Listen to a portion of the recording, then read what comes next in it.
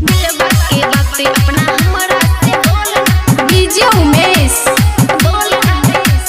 Sukhipur Bazar Maithili star Gupta music studio Kasma Marar. पीछा पड़ल छे हरै छोरा रे, पीछा पड़ल छे कैला बोलना।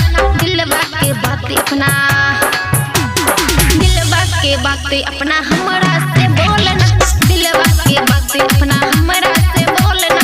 दिलवा के बात अपना पीछा पड़ल छे हरै छोरा रे, पीछा पड़ल छे कैला बोलना।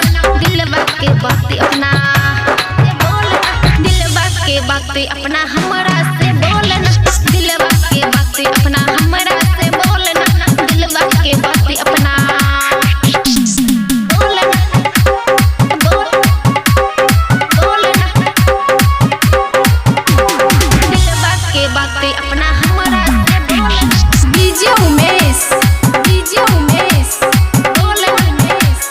सुखीपुर बाजार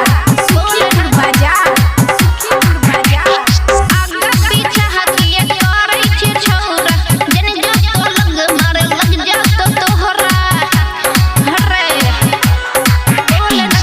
आगा पीछा हकिए करे छे छोरा, जन जो तो लग मारे लग जा तो तोहरा। कहला कराई छे रह छोरा, कहला कराई छे एना तू छोड़ना। दिलवा के